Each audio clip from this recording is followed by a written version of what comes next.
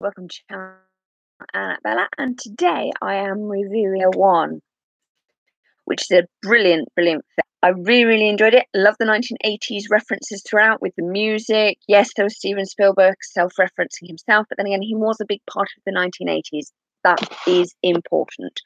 Also, we had the Iron Giant reference. That's a Warner Brothers film about a Ted Hughes book, which is called Iron Giant, and that is brilliant. It's a cartoon one, and it is absolutely amazing. Check it out. The Iron Giant is a lovely film and severely underrated, but it is really, really brilliant. Yes, they had the DeLorean in there from Back to the Future. Of course, they had that. They also had some of the Looney Tunes. Did you see them? Like Wacko and the little guys running around. It was really cute. Blink and you miss it. They also had Harley Quinn from Arkham Asylum. They had the Joker from Killing Joke in the bar scene. It was literally like everywhere you look, there was references. They had Halo people. There was gaming references. But they did try and keep them to a minimum to actually be fair. What I was really concerned about was actually the color palette. A lot of it was great, and I appreciate the reasons why it was great, but it was just so dull to look at.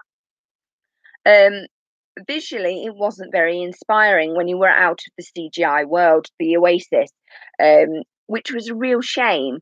The Oasis at times, you didn't kind of, yeah, we had the random race bit, which was kind of nice. It was nice to see Kong and a giant T Rex or possibly Godzilla, whatever floats your boat. But overall, I kind of enjoyed it, but it was just a tad grey.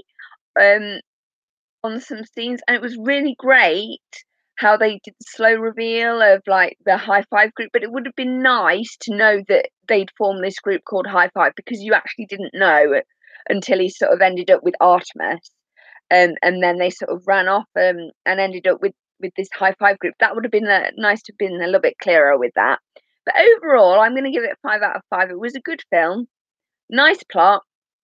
It does feel that they were cramming stuff in and that the book would be a lot better. So, yep, that's my review of Ready Player One. There was loads of 1980s references, so many that you couldn't see them. At some point, you're just sort of like, oh yeah, yeah, yeah, yeah, yeah, yeah. You were busy counting the 1980s reference and not actually looking at the story or following the plot. Yes, we had the wonderful Holy Hand Grenade from the Lemmings game. Oh, I love Lemmings. And also a weird Rubik's Cube made a feature. So, yes, it was fairly old school, which I'm not quite sure kind of how people will take to it, given that it had a 12A rating in the UK. It was kind of a bit confusing because I felt that they could have actually pushed the rating a little bit higher and not lost anything. Because let's face it, the teenagers that were watching it, yeah, they would have still got those. So a 15 rating probably would have been a little bit better, I think. Because some of the teenagers perhaps wouldn't have got all the 1980s references. And Ready Player One did feel like a film that was sort of made for people aged between like 21 to 35 and up, rather than younger people, even though it did have like the whole virtual reality. Though, having said that, what it did highlight was virtual reality was totally ridiculous. I mean, you had that mum like falling over the sofa, and as her kitchen was burning, and the kid was like, "Mom, it's like, go get your dad." I have to say, I will not be. I might try on the virtual reality things, but when you're wearing them, you do look absolutely ridiculous. So I'm kind of guessing that if the point of the film was to put people off virtual reality, I kind of think that it perhaps has. Though maybe I think it's probably more akin to the internet, where you've got people perhaps on it all the time, cough, cough, cough, cough, slash YouTube creator, slash Facebook, slash Twitter, slash social media, blah, blah, blah, blah, blah. So overall, that's what I think about Ready Player One. It was good. It could have been a little bit more colourful. I think that that is a fair comment. I loved the archivist. I thought it was a great addition. to the whole plot and the memories. It would have been nice, I think, if they had done like perhaps a little flick book summary of the creator's life, not like all of it, but just sort of like this, or perhaps you saw him as a young child, maybe like growing up, and just so that you had a little bit more background to it, because you followed Wade Watts, which was great, but you felt that bits of the universe were missing, and it would have been nice to have seen some of the disasters that perhaps had happened. I loved him climbing through all those cars and to get to his like trailer for things. That was really good. But it would have been nice to sort of enrich the world, make it a little bit bigger, because the Oasis was wonderfully enriched, but the real world wasn't. Yes, you did have those going to the archives and looking through that, and I guess that was their way of doing that. But it would have been nice to sort of just have like a little summary at the start, just so people sort of would feel a little bit better about it. Oh, I saw. Yes, I did see the trailer for the Star Wars film Solo. It did look very, very, very good. It looked interesting. There was a lot of characters. Lando Calrissian is there, the young guy, so that's kind of cool. I think it's going to be interesting. It might have issues with like how it matches up with the New Hope trilogy, as I'm going to call it, the originals. You know, New Hope, Empire Strikes Back, and Return of the Jedi. Hoping it doesn't, but it looks like Han Solo is going to have a whole host of other characters that he's known about, which is kind of going to make Luke and Leia look a bit stupid. Well, I think it's going to make Luke look a bit stupid, but then again, he has lived on Tatooine all his life, so you know that could be forgiven. I'm thinking Leia is going to be interesting. How whether she gets a cameo in that, I don't know. Probably not, but it is going to be interesting. I saw the trailer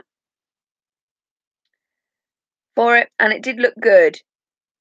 And it did give hints. It said that he was a failed pilot, that he got kicked out of Pilot Academy, even though he was the best because he was too unique in his thinking and he wouldn't follow orders. Well, that's Han Solo down to a T. But yes, I did see that trailer. It was a very, very good trailer. I think that is going to be the saving grace of the Star Wars films. I was really, really, really. The next episode of Star Wars is a tad disappointing because it's supposed to be General Leia's movie, and alas, they can't do it. So at the moment, they're rewriting the whole of it.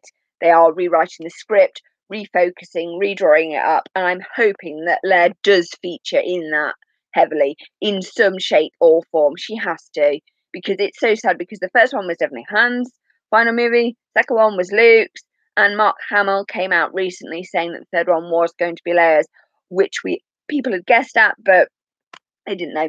But yes, the up and coming Star Wars film Solo, which is Han Solo's origin slash beginning movie, looks at him as a young, older teenager, early 20s, and it does look quite good. Very, very good. So check that out. Ready Player One was a good film, a little bit grey, could have been a little bit more detailed with its plot, but overall it was jam-packed with 1980s references, and I thought it was really cool. Also, the Avengers Infinity War trailer looked absolutely chuffing brilliant. Chuffing brilliant. Brilliant. But that's what happens when you actually plan your universe. Take note, cough, cough, DCU. And plan it out and have structure and actually plot your characters. And you know what, DC? Yes, you've got some big characters. That's part of the problem.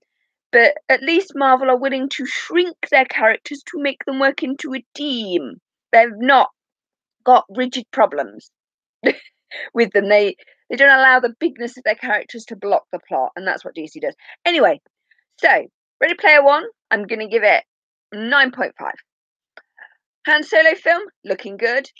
Next Star Wars in the new trilogy is looking good, and they're currently in rewrite, so they're rewriting everything, the script, everything. So that's probably going to take us a couple of years before we see it, I guess. And overall, not really interested in the new Rampage thing. Did see that trailer. Kind of okay about Rampage. It just looks like they took that snowy one from War of the Planet of the Apes, which is a great movie, and gave him his own movie for reasons that are mystifiable. But hey ho. So Han Solo movie, looking good. Ready Player One, very good. Not seen the game of the Godzilla film at all. Star Wars, rewrite. It's looking good. Hope you've enjoyed this review slash examination of trailers. So please like, comment, and subscribe. And thank you for your support. Bye, everyone.